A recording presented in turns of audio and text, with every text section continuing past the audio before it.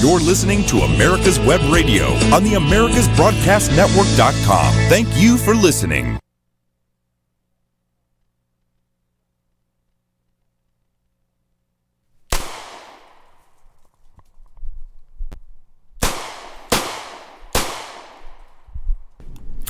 Hello, everybody. I am Roger B. This is Locked and Loaded, and you're listening to America's Web Radio. Welcome to the new year, and we're going to jump right in with some new gun stuff, because I know the politics is driving everybody crazy. We're going to get into a little bit of that later, because it's just so hard to avoid. And I realized I have not talked about any new cool guns for quite a while, so we're going to jump in and come out with some of the best stuff I could come up with very quickly, and also not gun related, but hunting related, which in this case, if you hunt with guns, this would be something you'd want to know. I have to tell you, in South Carolina, state officials are offering a complimentary lifetime hunting license to those who kill one of 24 tagged coyotes in South Carolina. Now, the South Carolina Department of Resources announced Thursday that the reward is part of the state's Coyote Harvest Incentive Program. And there are 16 coyotes that have already been tagged and released this year, and another 8 released the year after, or the year before. Hunters must save the carcass for verification to get the free hunting license. So imagine this. If you're out coyote hunting, you kill one that's been tagged, you can get a complimentary free lifetime South Carolina hunting license. I don't know how much the license costs in South Carolina, but that's got to be a pretty good deal just to go out and kill some predator pests.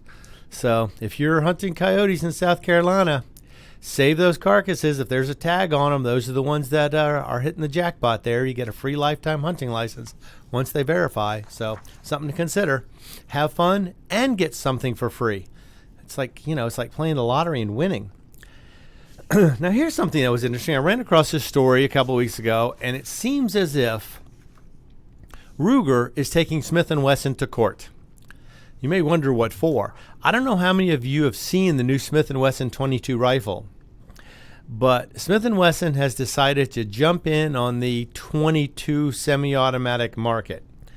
Now, they've had various incarnations prior to this, but this one, according to Ruger, was designed specifically to compete with the 10/22.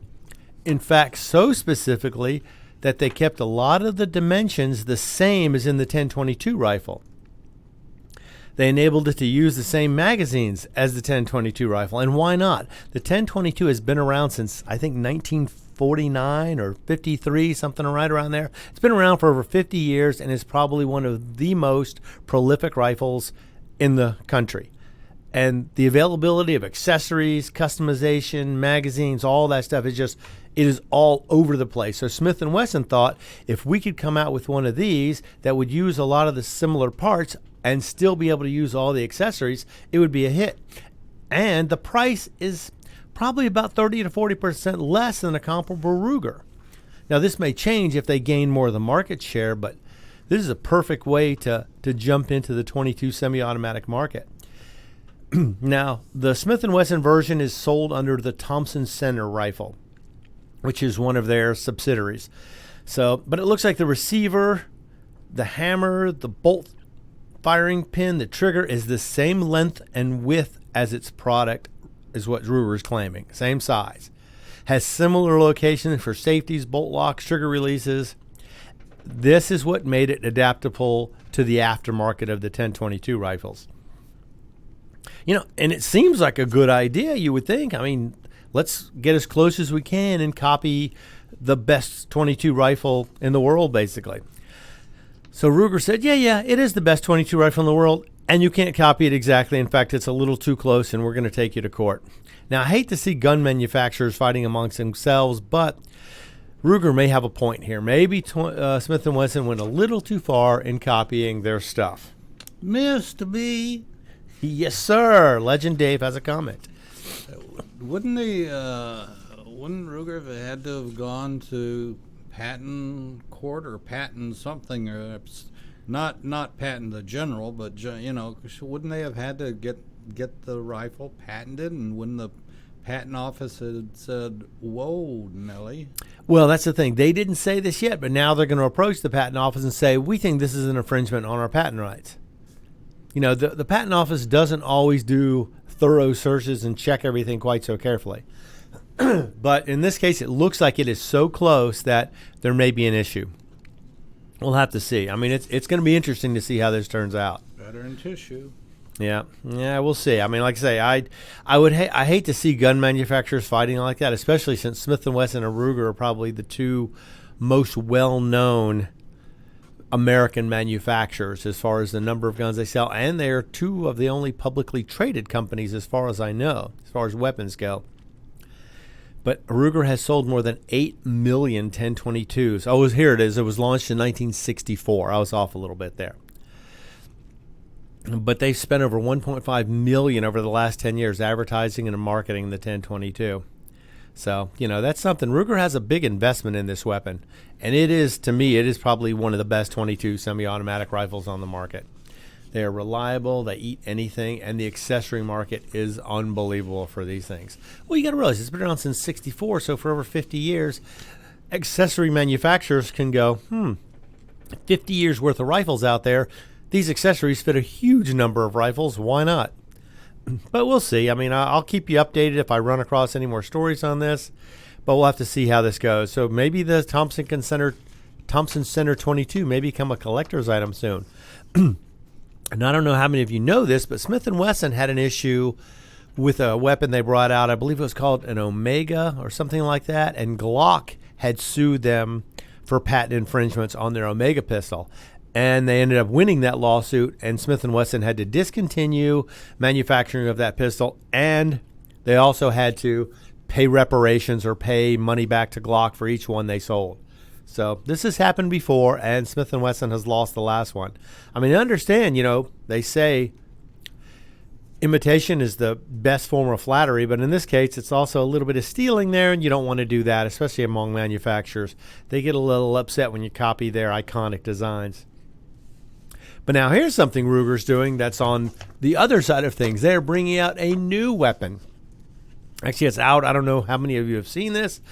But for the longest time, if you wanted a 5.7 by 28 millimeter FN cartridge chambered in something, you either had it in a rifle, like in I think it's a PS90 was the FN version, or they had various AR-15 uppers you could attach to an AR-15 lower that would fire the 5.7 by 28 cartridge.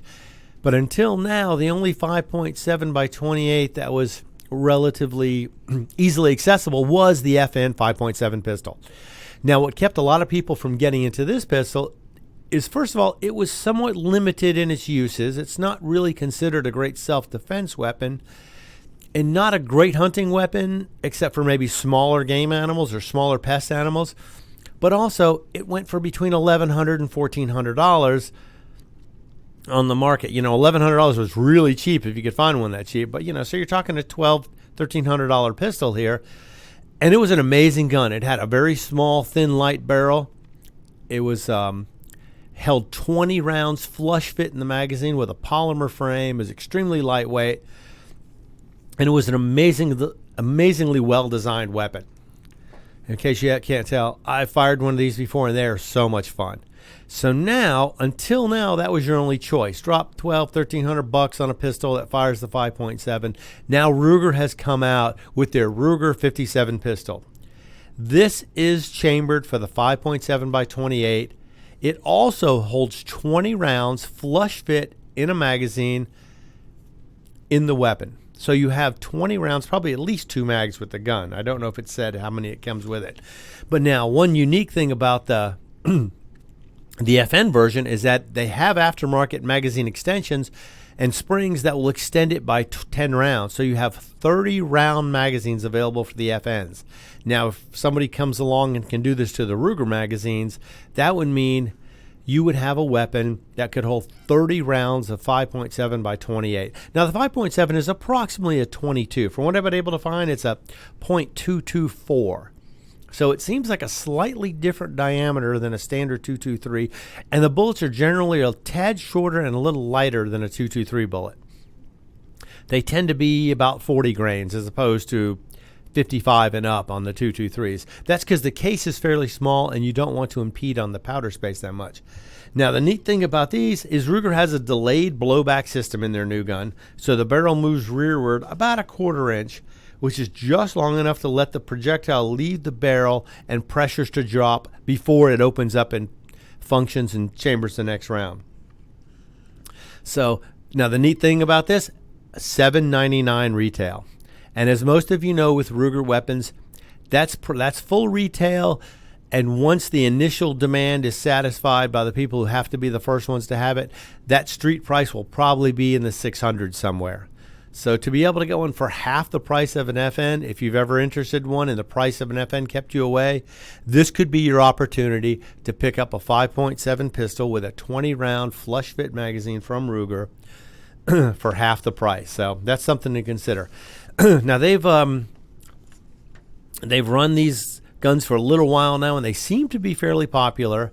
And it has a 1911 style safety on it, so consider that. Now I'm not sure. I wish someone could correct me on this. The 224 projectile, it's capable of extremely fast velocities, even in a pistol. And these pistols have to be able to handle rifle caliber pressures. Now, the thing is, these pressures can generate velocities in a pistol of between 1,400 and 1,700 feet per second out of a pistol barrel.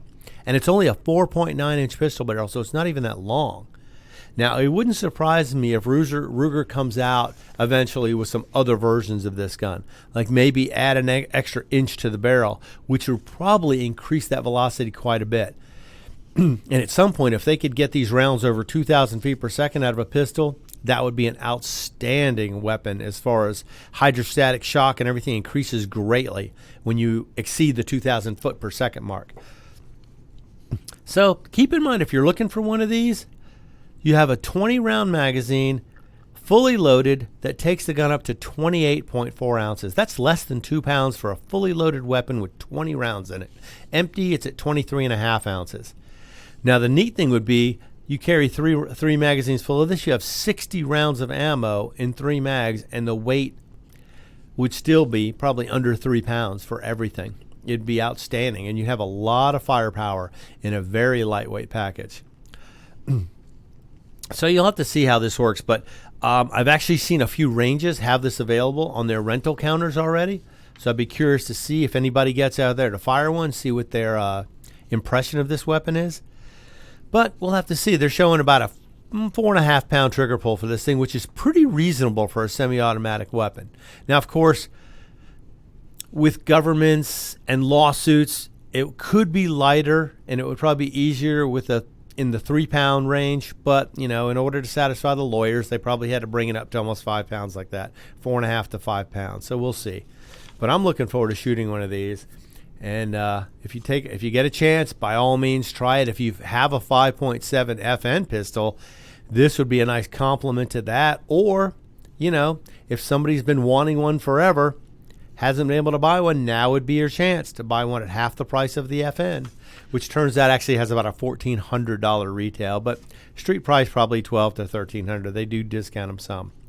Well, keep in mind that if you're looking for one, they looks like Ruger's gonna have another hit on their hands with this one, especially with the high demand that most 5.7s bring. And the neat thing about the 5.7 is they also offer it in a rifle as well, like I say, in the FN PS90 or the ARs. So that would be an interesting way to carry one cartridge in both a rifle and a pistol if you were limited to smaller game. Now, as far as personal defense, I wouldn't consider it the very best choice, but it would certainly work. The original design of the FN 5.7 was to use an armor-piercing style bullet to penetrate body armor at up to 100 yards, soft body armor. So, now those bullets have since become illegal for sale in the U.S. because you're not allowed to have armor-piercing pistol ammo for sale. And when FN brought out the 5.7 pistol, that ammo kind of dried up. You've been unable to get it since then. There is some on the aftermarket. You could pick them up. People who have bought them and hoarded them still have some of that stuff, I'm sure. but it's more of a collectible thing now. But with that kind of velocity, with a steel core or hardened steel core, that would be an amazing weapon to have. All right, we'll take a look if you get a chance. We're going to be right back after a few minutes. I'm Roger B. This is Locked and Loaded, and you're listening to America's Web Radio.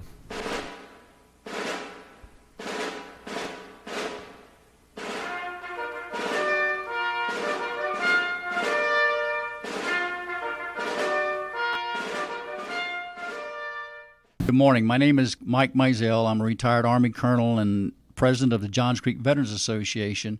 We meet in Newtown Park, and part of one of our projects is the installation of the Healing Wall, the half-scale model of the Vietnam Wall that traveled the United States. Well, it's coming to rest, and it's going to live in Johns Creek forever, the half-scale model. We're looking at possibly a March implementation ribbon-cutting ceremony, and we're looking for donors and sponsors that want to help us. Want to give your family or loved one the perfect gift? Then go online and check out the TornadoBodyDryer.com.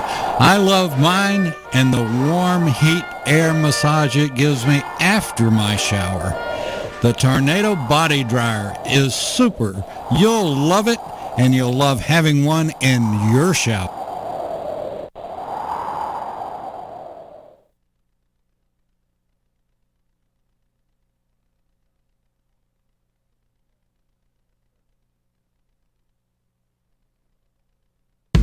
Merry Christmas. I'm Patty Levan, owner of Multiland Mortgage Services, Inc. We've partnered with nationally known wholesale lenders throughout the country that offer a wide variety of home loan programs. We can find the right home loan that will suit your financial needs. Multiland Mortgage Services, your way home. Call us at 941-201-9111 or check out our website at multilandmortgage.com.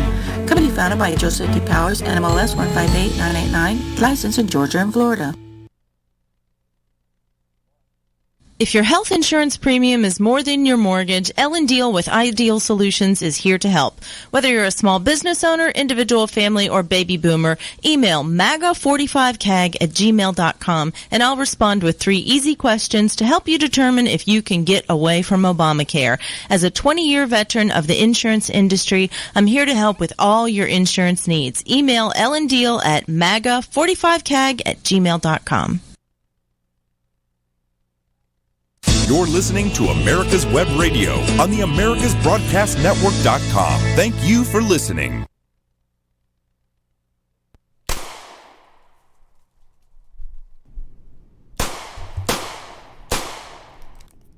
Hello and welcome back. I'm Roger B. This is Locked and Loaded, and you're listening to America's Web Radio. Just before we left for the break, we were talking about the Ruger 5.7 pistol. Now, that's a $799 retail gun, probably running around in the 600s before too long. Now we're getting at something a little bit less expensive.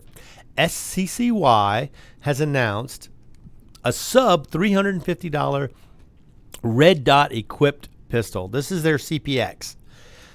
Now, this is going to be out soon, and it's going to come with a Crimson Trace CTS 1500, which is a 3.5 MOA auto-dimming red dot with over 20,000 hours of battery life and a 3-year warranty.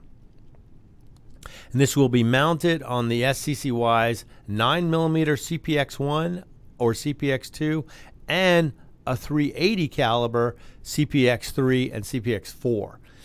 So this is, and the best thing about these is they have backup sights as well. They have the iron sights also. So you don't have to worry if you don't like the optic, you can always remove it and the iron sights are still on there. But this is going to be a complete package for between $339 and $349.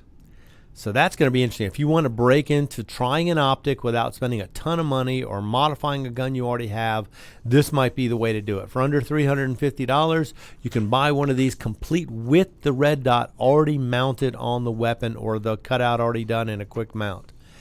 Now, the only thing about the SCCY that seems to be an issue is the trigger pull tends to be a little heavy, running around 9 pounds. So that's something to consider as well.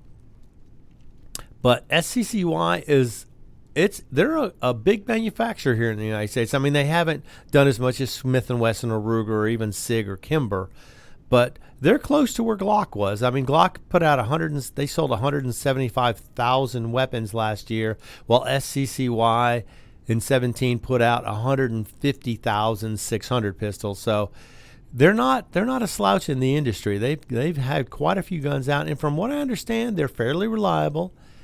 They don't have all the features of some of the more expensive weapons, but this would certainly be an easy way to get in on an introductory way to try a red dot. If you've been hesitant to try one or hesitant to buy one, this may be one way to get into it. $339, $349. Now, I don't know if street price will vary too much in those. Usually they always do.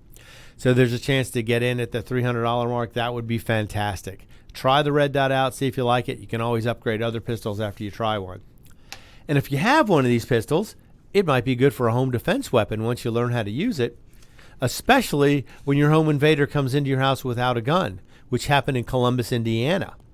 A home invader learned the hard way. Not everyone plans on being a victim.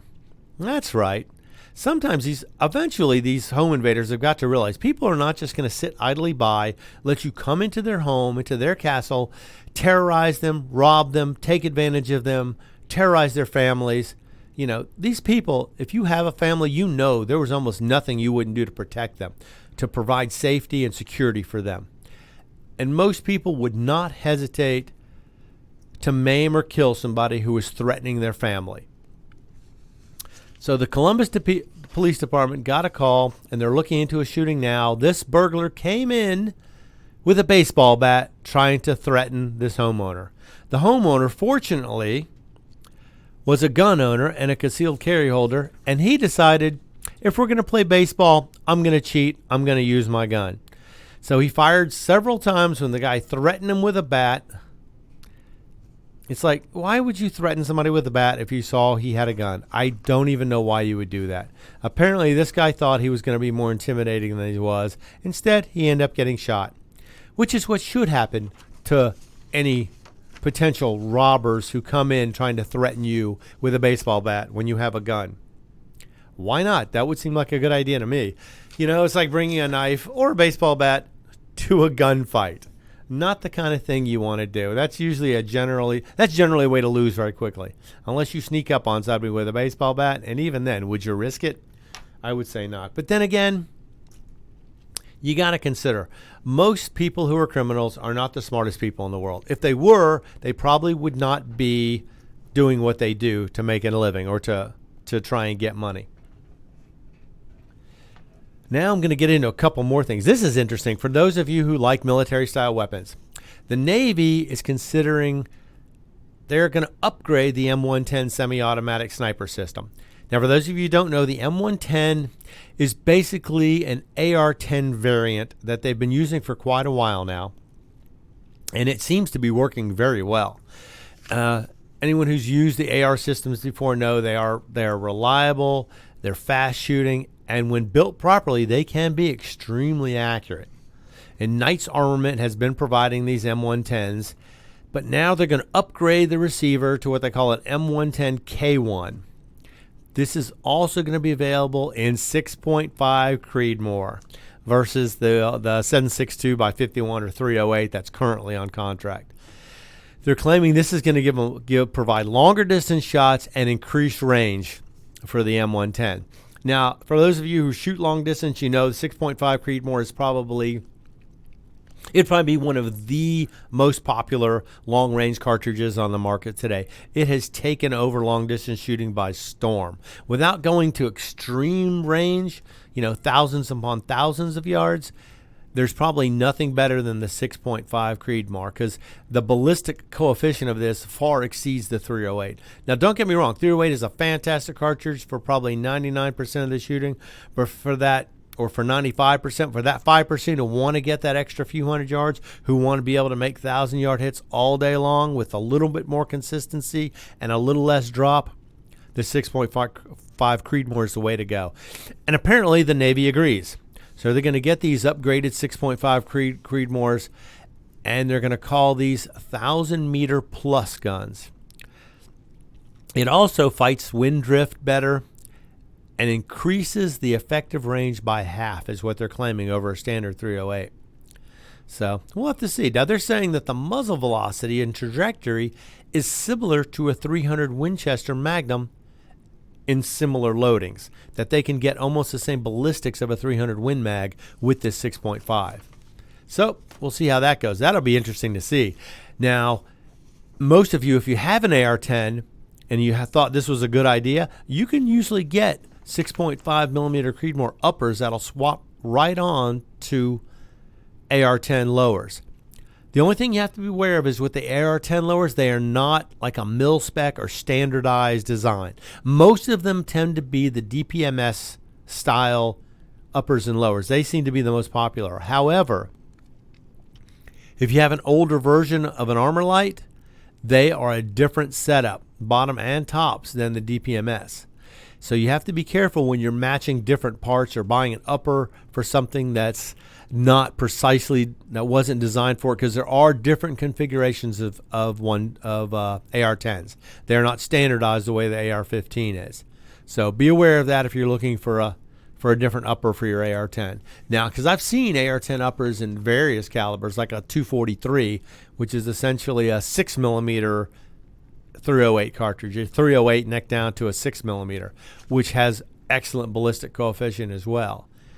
Now, I think the 6.5 is a little more powerful than a 243 because the case is a little bit bigger around and it can gain a little bit more velocity. And because of its popularity, the number of super high efficiency bullets has skyrocketed in recent years. It is taking over long distance shooting by storm. It is an amazing weapon. So consider that. If you have an AR-10, pick up a 6.5. Put together your own M110 K1 system. Sounds like a good idea. So the Navy's doing it, so why not? Now, yes, it was interesting. The Army has just selected 3 companies to build prototypes of the next generation squad weapons. These are going to replace the M4s and the M249 SAW.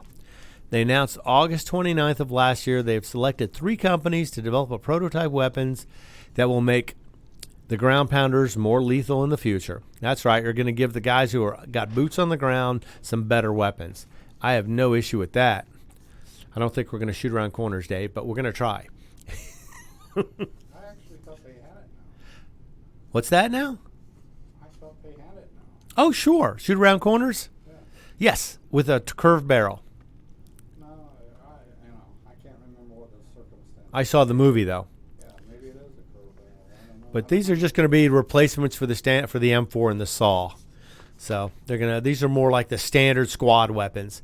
In case you don't know, SAW is a squad automatic weapon.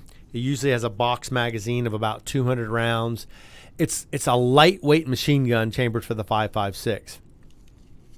Now, they're claiming now that the M4 and the SAW have a lethal range of about 300 meters. The new rifle, an automatic rifle, must be able to engage targets out to 600 meters. And this weapon could defeat any body armor, any planned body armor that we know of in the future. So they're trying to give the guys on the ground a little bit of an advantage. So we'll see how that goes. I'm curious to see who submits these weapons. Or actually, let's see, I got some names here.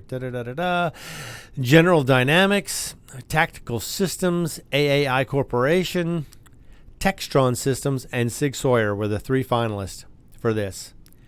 So these are going to come out with the M4 rifle versions, and we're going to see, this is going to be, they're going to have to supply 53 rifles, 43 squad weapons, and 850,000 rounds of ammo for each test. All right, we're going to be back in a minute. I'll cover a little bit more of this, and then we're going to get into Virginia, because Virginia is blowing up. This is Web Radio. I am Roger B., and this is Locked and Loaded.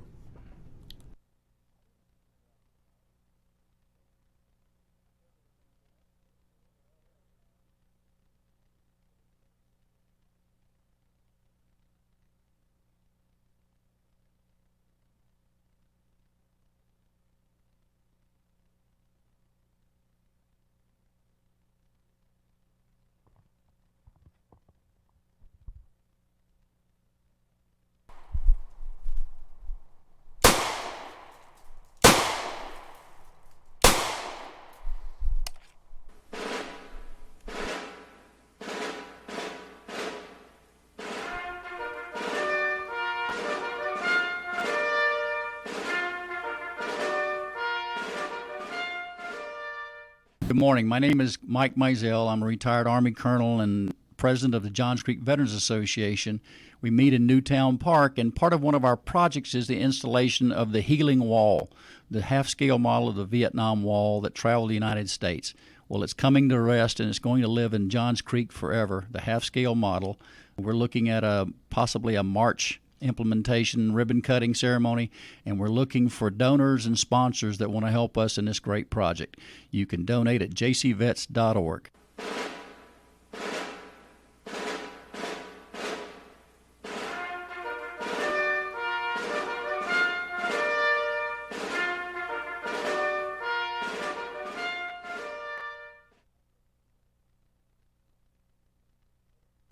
Want to give your family or loved one the perfect gift? Then go online and check out the TornadoBodyDryer.com. I love mine and the warm heat air massage it gives me after my shower. The Tornado Body Dryer is super. You'll love it, and you'll love having one in your shower.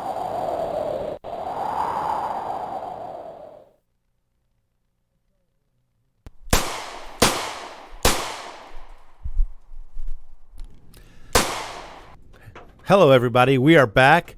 This is Locked and Loaded. I am Roger B., and you're listening to America's Web Radio. Just before we left for the break, we were talking about the Army getting ready to get into their new squad automatic weapons and new M4 variants.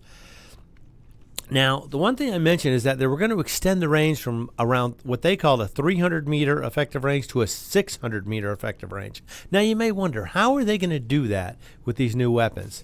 Well, here's how they're going to do it. These new ones are going to be chambered in a 6.8 millimeter short Magnum cartridge, running a bullet of about 140 grains with a muzzle velocity of 3,200 feet per second. This is the same velocity as a 55 grain 5.56 bullet, but running about 3 times the weight and probably a better ballistic coefficient, because these bullets are long, thin. This is, again, they're moving towards the 6 to 7 millimeter range because they know these have the best ballistic coefficients, and these are going to be what is going to be the future of most military weapons. They want the efficiency of a better bullet. Now, of course, this adds a lot of weight to the cartridges that they have to carry, so there's going to be a little tougher time there because the more bullets you carry, the more weight you carry, the harder it is to hump that all day long. But the bigger bullet's going to give them that they say it will double the range or make it 50% more efficient by running these bigger, heavier bullets. What kind of sight are they going to put on this weapon? You're talking. When I was in and at the rifle range or doing, whenever we'd go out to qualify, there were a lot of guys that couldn't qualify at 300 yards. It seems like a lot of the weapons now, they're running optic sights on them, just red dots, which means you have a dot in the same plane. You can't see the damn red. Oh, dot. they're laser powered. You can see them in the broadest daylight. But still, and again, or if you get them under the wrong weather condition, and the new ones. I thought more like instead of the laser spot, they may have come up with some kind of scope for it. Yeah, I mean, there are optics too, waterproof scopes and stuff. Usually one member of a squad will have a magnified optic or a magnifier that he can run. Usually that's a Trijicon scope, like a 4X. They'll have one guy who's considered the marksman of the squad, and he will have a little bit better optic. The rest of the guys will either have iron sights or a lot of them have the new red dot sights. And these things are incredibly durable. I've seen one that was actually shot by a bullet in the glass right through it, and it was still functioning. So they are extremely durable. They hold up really well. And, that seems to be the future of this. So that would give them a better advantage at these longer distances that they're expecting these guys to qualify for. So now, talking about the extra weight these guys would have to carry, because these shells are going to be much heavier. They have bigger bullets, almost 3 times the weight. And they're also going to have heavier cases. General Dynamics has been developing their 6.8 round with a polymer case, which would help eliminate the extra ammo weight. So a soldier could carry almost as much 6.8 as he could 5.56 and have the same weight of ammo, which would be great because that'd give him the advantage of a bigger, heavier bullet and not having to hump the extra weight all day. So we'll have to see how this comes out. This looks like it'll be a really unique situation because now they just adopted the new handgun, the SIG M17 and 18, and now they're going to get into the 6.8 millimeter rounds using a blended metal case that is still lighter than an all brass one in order to save the weight. And when they get done, they're going to run 27 months worth of prototype testing and phasing in until they get to an award contract, which will be up to 250,000 weapons, a combination of rifles and the automatic rifles, and up to 150 million rounds of the 6.8 ammo. So this will become a standard in the military when they adopt it or find out who the winner is going to be.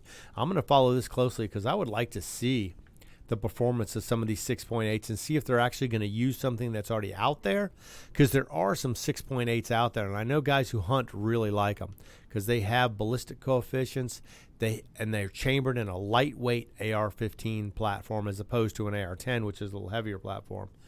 So we'll have to see how that goes. I'm looking forward to following that pretty closely. Now we're going to have to get into how is the Army going to defend its soldiers. Here they're giving them a better weapon, but what are they going to do to protect them? Well, now they're doing research to create lightweight plastic body armor, which can be used as a base for developing new body armor, advanced combat helmets, ballistic plates, and even combat vehicles. Imagine if you can build armor that's half the weight of steel armor that they're using now, or even ceramic ammo. They're finding a lightweight plastic is 14 times stronger and 8 times lighter than steel for absorbing the impact of bullets and other projectiles. Now this could be a huge boom. Imagine the soldier can carry the same amount of ammo with same protection in his armor, but have it weigh that much less. That's going to make it so much easier to do the long walks, make them so much more effective. They'll have so much more endurance because they won't have to carry these super heavy body armor vests around all day long, or when they do, they're going to be a whole lot lighter to carry. And once they get this material perfected, it's going to be applied to other things. It'll be applied to rolling vehicles, to helicopters, stuff like that. Now, on another note, they will also be able to use things like making artificial hips or guitar picks. So, we'll have to follow that one too and see, because I'd love to see body armor come down in weight a lot. That would be unbelievable, because they've been using Kevlar for many, many years, and it is effective. But it'd be neat if they could find something that was more effective with better materials that was lighter, because I know weight has always been a huge issue when it comes to body armor, because body armor is something you have to have, but the weight of it makes it uncomfortable to wear, especially when you're working in areas of high heat, desert areas and stuff. It's very easy to want to go without it. So if they can make it lighter, it'll be that much better. Well, I know we've talked about it before, and I don't know how many of you have been following the situation in Virginia, but Virginia's government has decided they're going to start trying to disarm its citizens. It started off by them saying, we're going to take all semi-automatic weapons out of civilian hands. We're going to pass laws. Recently, Virginia has voted in a Democrat Senate and Congress in their state houses with an already Democratic governor who has been there, and now they're going after guns big time. They haven't even passed any laws yet, but they're drafting bills, and now that the new session has probably started or starting very shortly, they're going to push to get these bills through. And in response, Virginia counties, cities, townships have all passed resolutions saying that they are Second Amendment sanctuary cities, meaning they will not honor any laws passed by the state of Virginia that they feel violate their Second Amendment rights. Okay, then the governor comes back and says, well, or actually it was not the governor, I believe it was somebody who worked for the governor, and said, well, if you counties or cities are not going to obey the new state laws, we will call out the National Guard and we will force you to enforce these laws. We will arrest your sheriffs. We will arrest your deputies. So then the sheriff said, oh yeah, we're going to deputize thousands of citizens, which is within their right. They can deputize as many people as they want, being a sheriff of a local county or township. And then other cities and townships started their own militias. They decided to provide training for these people if they ever needed to defend these cities and towns against a tyrannical government who wanted to decide to violate their Second Amendment rights. So it seems like this situation just keeps getting worse and worse. It keeps escalating, and the governments in Virginia are not backing down. They're not changing their tone. They're having more and more inflammatory language thrown in there. They're threatening harder and harder, and the people are standing up and digging in their heels and saying, no, this is not going to happen. In fact, the governor has just announced he is asking for a budget increase of $250,000 for the corrections departments. He's anticipating jailing more gun owners and wants to have additional money in the budget to hire more people to be in the jails, because he's anticipating putting more people who violate his gun laws into jail. That's what he's claiming. He needs this extra money because they anticipate that people are going to violate their weapons laws and they're going to need to be put in jail. So he wants more people to be put on the staff to be able to man these extra prisoners they're going to have in jail cells. And I don't get it. Why would a government want to start aggravating its people even more and more? Now, Virginia has, I believe, 133 counties, and over 103 of them have already declared themselves sanctuary counties in Virginia. Now, anybody with half a bit of sense is going to realize this cannot be a good way to proceed. Why are you going to inflame the situation? Why not try and be a negotiator, be a diplomat? Try and talk to some leaders from these counties and cities. These are your constituents. These are the people who you represent.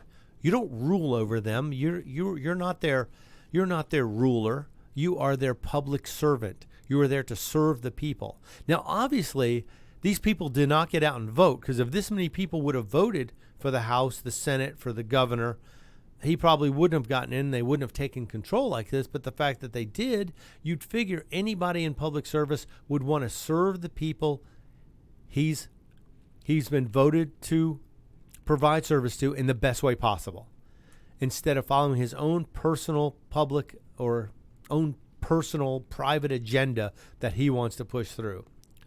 So we'll see. He's putting in this request for additional members of the corrections department because he's anticipating more people being jailed for violating his gun laws and for violating extreme risk protection orders, otherwise known as red flag laws.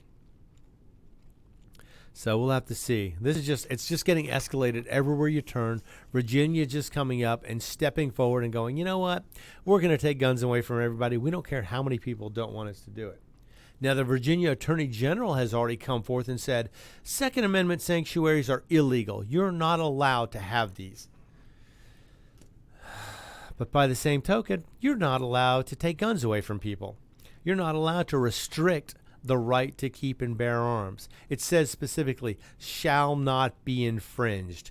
Do they not understand the meaning of those words?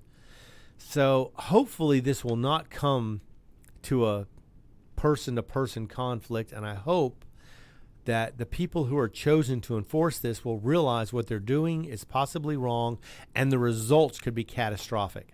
I wouldn't want law enforcement to put their lives in danger, and I wouldn't want the citizens of Virginia to put themselves in danger by having to fight law enforcement. We're supposed to be of the same mind, the same state, the same country. We're supposed to follow the same laws. For one governor to decide he is going to change federal law is ridiculous.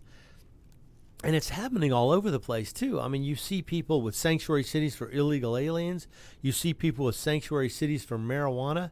The federal law is still in place. Now, whatever you believe on any of those issues, that's up to you. You have your right of opinion. The law is still the law, and it is standing. If they change the law, then you can change. Absolutely. Legalize marijuana. Change immigration laws to allow people to come in easier and faster. Change the way you screen these people. But until you do that, the federal law is still supposed to be the law of the land. It's the one that's supposed to be the final word. Okay, we're going to be right back after a couple of messages. I am Roger B. This is Locked and Loaded, and you're listening to America's Web Radio. If your health insurance premium is more than your mortgage, Ellen Deal with Ideal Solutions is here to help. Whether you're a small business owner, individual, family, or baby boomer, email MAGA45CAG@gmail.com and I'll respond with 3 easy questions to help you determine if you can get away from Obamacare. As a 20-year veteran of the insurance industry, I'm here to help with all your insurance needs. Email Ellen Deal at MAGA45CAG@gmail.com.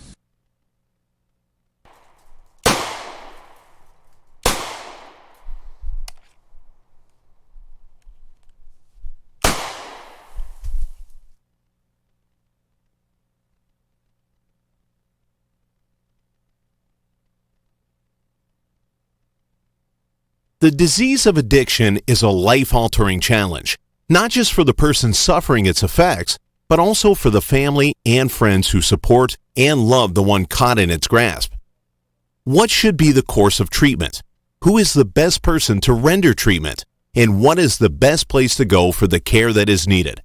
We know that you want answers to these and many more questions. Call 770-696-9862 and speak to a representative of the Atlanta Healing Center. They can tailor a program specifically designed to address the needs of the person suffering with an addiction, or give you guidance as to where that help may be found. Information is the key, and the trained staff at AHC is here to assist. If you wish, you can also get more information on the website located at www.atlantahealingcenter.com. Whether cruising the strip in a 57 Chevy or taking the family on a vacation in a 71 Oldsmobile Vista Cruiser, you need to tune in to Classic Cars with Steve Ronaldo and Jim Weber every Saturday from 8 to 9 a.m. on americaswebradio.com. You're listening to America's Web Radio on the americasbroadcastnetwork.com. Thank you for listening. Hello, everybody, and welcome back. I'm Roger B. You're listening to Locked and Loaded, and this is America's Web Radio. Right before we left for the break, we were talking about Virginia. Their attorney general said all these sanctuary cities or counties or towns are illegal. Okay, fair enough. So now you have the sheriff's departments who say they're going to not enforce gun laws, breaking the law. But now they're passing another bill. This one is scarier even than that. They are doubling, tripling down on this position of anti-guns. They have a Senate Bill number 64, which basically would expand the definition of what they're calling illegal paramilitary activities. Now, granted, you don't want terrorist training camps in your cities and your towns. I understand that. But the way they're rephrasing this, it's going to put almost any kind of weapons training under this illegal paramilitary activity.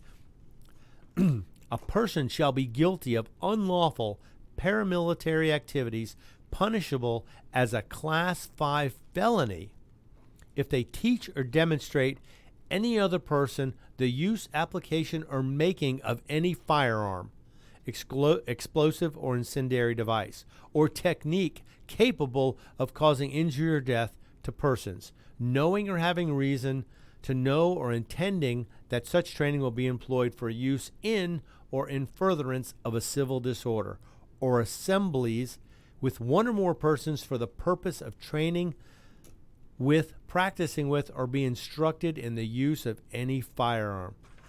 So they're basically telling you if you train in the use of firearms or you provide training to anybody in the use of firearms, you are now violating this new Virginia law of illegal paramilitary activities. So basically, they're trying to shut down everybody who's providing gun training. Now, let's see. One of the biggest providers of gun training, of course, in the United States is the NRA. So this would directly affect any of their training programs, and any other private companies who offer handgun training or rifle training to any of its citizens are now going to fall under this new statute. This is ridiculous. Now, they're throwing a few things in there that actually do make sense. Assembles with one or more persons with the intent of intimidating any person or group by drilling, parading, or marching with any firearm, explosive, or incendiary device. Actually, if you're going to intimidate somebody by doing this, that's considered assault. But just the fact that training is going to get you in trouble if you're providing this training, you're going to be guilty of a Class 5 felony. I mean, so if you run a training center, if you train somebody to use a firearm, you are violating this new Virginia law, which now has not been passed yet. But objecting to tyranny is now illegal in this state. And that reeks of fascism. I don't care who you are. That is by definition fascism, communism. That is where this starts. Fascists take control by eliminating any dissent to their positions. And Virginia is just throwing gas on the fire every chance they get. It's like they want this to explode in their faces. I just don't know how this is going to come out. I mean, are they going to start arresting any firearms trainers who are in the state of Virginia? I mean, this is crazy. It's going to be interesting to see where the first shot, quote unquote, is going to be fired. You know, I'm not saying actual shot of ammunition. I'm saying the actual confrontation, where it's first going to take place. Are they going to go arrest somebody who's running a training center, who's working at a range, training people to use a gun? Are they going to arrest those people, or are they going to put them in jail? Or maybe they're just going to shut down all the training facilities they can without ever having to go after individuals. Because now there's another bill pending. I mean, Virginia is outright trying to become a communist or fascist state. They're trying to shut down any type of opposition to their plan to disarm its citizens. They have a House Bill 567. This is a piece of legislation aiming to shut down any indoor gun range that is not housed in a building that is owned or leased by the state. Okay, so you run a gun range, and if you're not in a building that's owned or leased by the state, you will be violating this law. You will be running an illegal gun range because you don't run it on state property or state-owned or leased property. Now, what does that tell you? Because most people don't lease or own, or lease or get property from the government. They have limited access to property. Any business owners that defy this will be subject to a $100,000 fine and potential additional civil penalties. They're trying to shut down anywhere you can use a gun, trying to shut down the ranges, shut down anybody who trains people to use guns. I mean, they are going after every aspect of the Second Amendment, complete. And I would imagine some of this violates the First Amendment too, the right to assemble. If you want to assemble and have a discussion about guns or talk about training or talk about use of guns, you would be violating their new illegal paramilitary activities rule. So this is going to get, I'm really curious to see, like I say, where this confrontation is going to happen. Where the first time someone's going to step forward and say, no, I will not comply. And what is the government going to step forward? Are they going to arrest them? Are the police in that state going to step forward violating Second Amendment rights? Are they going to throw people in jail for offering non-compliance, for offering passive resistance? Are neighbors going to start turning each other in? Are you going to put neighbors against each other? Are people going to start, being very selective who they associate with, which apparently you need to do anyway? Especially with red flag laws becoming prevalent everywhere. If your neighbor doesn't like you and he knows you have a gun, it'd be so easy in most states for him to call, say he's got a gun. I think he scares me when he carries it. It's threatening to me in some way. Boom, you're subject to a red flag law. So if you're in a state where they allow open carry, I probably wouldn't do it anyway, because if you offend somebody or scare somebody just by the sight of it, you could be putting yourself in a world of hurt and a world of legal trouble. Because these red flag laws, the way they're doing them, they're prosecuting, taking guns away without any due process. And it's up to you to spend your money, your time, and your effort to reclaim the rights that are given to you by the Constitution and not supposed to be taken away without a valid reason. You haven't done anything illegal, and yet you can be held responsible for a red flag law. And now in Virginia, you could be subject, I imagine, to a red flag law if you're a firearms trainer. If you teach people how to shoot, you're automatically violating these new rules. And now they're trying to shut down firing ranges within Virginia if they're not on state property. Now, you want to bet that they probably would not lease land to somebody or a building to somebody who wanted to run a firing range. So you have to lease the building from the government or the state, but you're I would say they probably would not allow leases to anybody who wants to do this.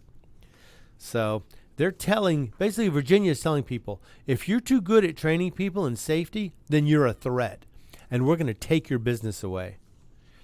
Now, of course, this law has not passed yet, but with a complete Democrat Senate, House, and a governor, I don't see how this is not going to pass. And I just wonder who is going to be the first person to be subject to this. One of the largest gun ranges in Virginia is actually run by the NRA. So I'm curious to see, is that the first one they're going to go after? It would seem like they shouldn't, because they have the most money to defend themselves. They would countersue. They would get money back from the state if they were to go after this one first. Or will they go after some small business owner who's running his indoor range or family-run indoor range? Are they going to shut him down first? I'm really keeping an eye on this, because this is going to be a problem. This is going to get out of hand really fast once it starts. People are not going to back down. They're not going to give up their rights. They are not going to submit. They are not going to comply. Americans are known throughout the world as being the hardest fighters, the most fair, the most passionate about their country, their rights, things that are granted to them by the Constitution. They fight for these every day. We have soldiers around the world who fight for other people who don't want to stand up for themselves and fight for their rights. And so I beg you, if you're in Virginia, try and proceed with a cool head. Don't get crazy. Don't be in the wrong, especially if you're opposite the government. If the government's coming after you, don't be the first one to start this. Let them start it. All right, I leave that with you.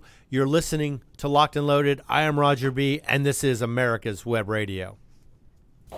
Want to give your family or loved one the perfect gift? Then go online and check out the TornadoBodyDryer.com. I love mine and the warm heat air massage it gives me after my shower. The Tornado Body Dryer is super. You'll love it, and you'll love having one in your shower. Get your pen and paper ready.